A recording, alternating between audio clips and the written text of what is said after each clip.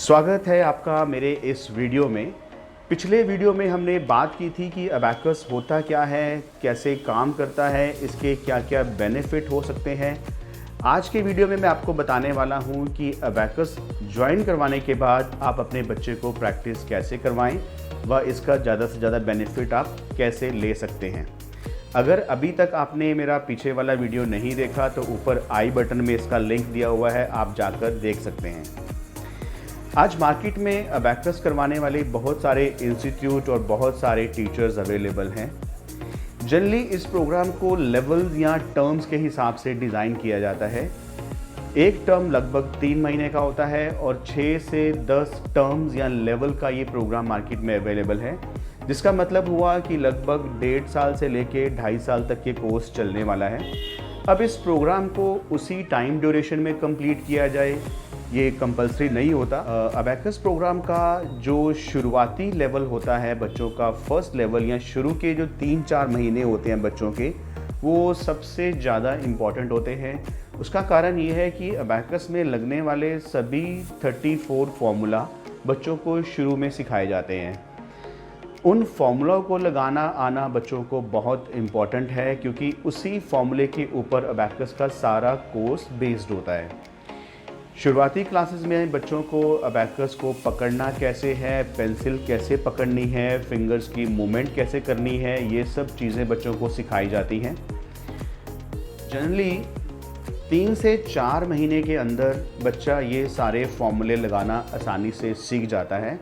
इन formulas को groups में divide करके बच्चों को सिखाया जाता है ताकि वो इसे बड़ी आसानी से समझ सकें, जैसे big friends, small friends, combination. Abacus programme join करते ही स्टूडेंट्स को एक बैग, एक किट मिलती है, जिस किट के अंदर उसका कंप्लीट स्टडी मटेरियल होता है, जिसके अंदर उसको कोर्स की मेन बुक्स मिलेंगी, उसको ऑरल करने के लिए वर्क बुक्स मिलेंगी व आपको प्रैक्टिस करवाने के लिए एक पेरेंट डिक्टेशन बुक दी जाती है। आपको इन बुक्स के साथ ही इसको शुरू करना है। शुरू की 2 या 3 क्लासेस के अंदर बच्चों को अबैकस कैसे ऑपरेट करना है, कौन से हाथ की कौन सी फिंगर किस रॉड या किस बीट के लिए मूव करनी है, ये सिखाया जाएगा। आप कोशिश कीजिए कि शुरू में अगर आप इंस्ट्रक्टर या टीचर से बात करके इस चीज़ की नॉलेज भी ले सकें, ताकि जब कल को बच्चा घर पर काम कर रहा है तो आप देख सकें कि वो बिल्कुल सही फिंगर के साथ बीट्स को मूव कर रहा है। अबैकस को पकड़ने का तरीका, उसका सिटिंग पोस्चर बिल्कुल वैसा ही है जैसा टीचर ने उसे सिखाया था। पहली 2-3 क्लासेस के बाद अगर उसका एडिशन सब्ट्रैक्शन सम शुरू हो जाते हैं, चाहे वो single digit addition subtraction sum ही हो, तो आप कोशिश कीजिए कि उन सम्स की उसको प्रैक्टिस करवाएं। ये प्रैक्टिस आप कैसे करवा सकते हैं, इसके लिए आप उसको अबैकस दें व उसको बताएं कि जैसे टीचर ने बोला है बीट की मूवमेंट करने के लिए, आप वैसे ही मूवमेंट करोगे व बुक के सॉल्व किए हुए सम ही आप उसको एक बार रिवाइज़ करवाएंगे। बच्चा उसको फिंगर्स के साथ सॉल्व करेगा, उसको प्रैक्टिस करेगा अबैकस के ऊपर, अबैकस के साथ प्रैक्टिस करेगा और उसके बाद वो उसके आंसर्स आपको बताएगा व बुक में लिखेगा। इसके बाद जैसे बच्चे के फॉर्मूला शुरू होंगे तो आपको कोशिश क्या करनी है कि जैसे मान लीजिए आज बच्चे की क्लास हुई है, तो आप कोशिश कीजिए कि जो काम बच्चा क्लास में सीख कर आया है उससे रिलेटेड उसको जो भी होमवर्क मिला है उसके फॉर्मूले से रिलेटेड आप उसको रिटन वर्क उसी दिन करवा दीजिए, क्योंकि जो फॉर्मूला उसने सीखा है उसको वो फॉर्मूला अच्छे से याद है व उसकी वो प्रैक्टिस अच्छे से कर सकता है। उसके बाद जो आपके पास पूरा वीक मिला है प्रैक्टिस के लिए, उस प्रैक्टिस में आपको 2 प्रैक्टिस और करवानी है, जिसमें पहली प्रैक्टिस है ऑरल डिक्टेशन विद अबैकस और दूसरी प्रैक्टिस है ऑरल डिक्टेशन विदाउट अबैकस।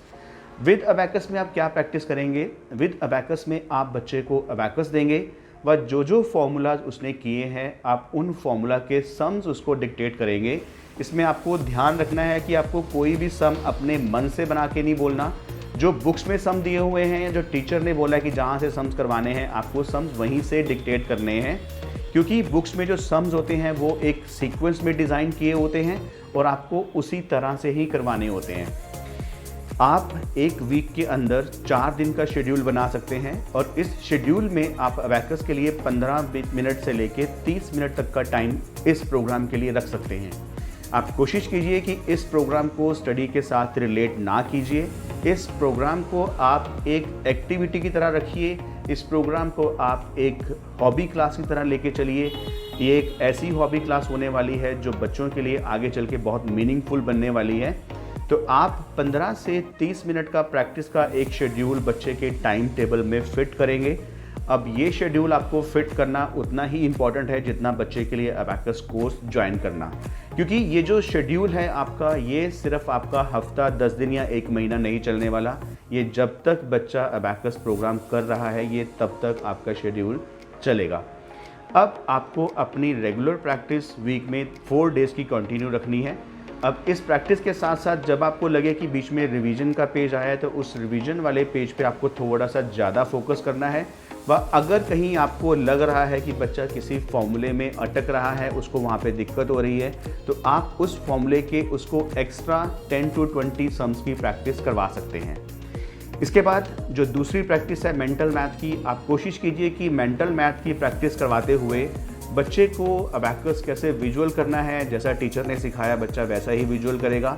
आप सम डिक्टेट करेंगे, बच्चा सम्स को सुनेगा, डिजिट का पिक्चर माइंड में बनाएगा और उसको माइंड में सॉल्व करेगा। बच्चे के माइंड में जो फाइनल पिक्चर होती है आंसर की, उसको इमीडिएटली वो कन्वर्ट करके आपको आंसर बताएगा। इस स्टेज में बच्चा चाहे तो अपनी आइज़ क्लोज कर सकता है, चाहे तो बच्चा अबैकस को देख सकता है, चाहे तो अपने हाथ टेबल पे रख सकता है। शुरू में वो किसी भी तरह की हेल्प ऐसे ले सकता है, लेकिन जैसे जैसे उसकी प्रैक्टिस इम्प्रूव होती जाएगी हम उसकी फिंगर मूवमेंट या उसकी ये सब चीज़ें जो हैं वो धीरे धीरे हम हटा भी सकते हैं। उसके बाद बच्चा सम्स को बहुत अच्छे से विजुअल करके आपको आंसर देना शुरू कर देगा। सॉल्व करूँ, आज हमने सिर्फ बात की है फर्स्ट टर्म की प्रैक्टिस की कि बच्चे फर्स्ट टर्म फर्स्ट लेवल में किस तरह से काम करेंगे, उसकी प्रैक्टिस कैसे करेंगे। मैं एक बार फिर से बता रहा हूँ कि फर्स्ट टर्म की प्रैक्टिस बच्चे के लिए बहुत इंपॉर्टेंट है, क्योंकि इस टर्म में जो बच्चे ने फॉर्मूले सीखे हैं आने वाले 6-7 लेवल के अंदर वो सारे फॉर्मूले अप्लाई होने वाले हैं। और अगर बच्चे को ये सारे फॉर्मूले अच्छे से लगाने आते होंगे तभी वो आगे के टर्म्स को बड़ी आसानी से कर पाएगा। कुछ भी डाउट हो आप दिए हुए नंबर पे कॉल करके मुझसे अपने डाउट क्लियर कर सकते हैं। अगले वीडियो में हम बात करेंगे कि सेकंड टर्म और उससे आगे की टर्म्स के अंदर क्या क्या सिलेबस होता है और उस सिलेबस की प्रैक्टिस कैसे करवानी है, क्योंकि शुरू के टर्म्स में हम लोगों ने फॉर्मूले पे ध्यान दिया था। अभी आगे के टर्म्स के अंदर हमें बच्चों का फोकस जो है वो मेंटल मैथ की तरफ ज़्यादा करना है। हमें बच्चों को मेंटल मैथ की ज़्यादा प्रैक्टिस करवानी है। इसके साथ साथ हम कोशिश करेंगे कि इसमें थोड़ा सा अबैकस प्रोग्राम से हट के हैंड राइटिंग का पार्ट भी कवर करें, क्योंकि आज बच्चों की हैंड राइटिंग जो है वो भी एक बहुत बड़ी प्रॉब्लम बन गई है। चाहे बच्चा कर्सिव हैंड राइटिंग करता है, चाहे बच्चा स्क्रिप्ट हैंड राइटिंग करता है, उसको और बेटर कैसे कर सकता है, सिर्फ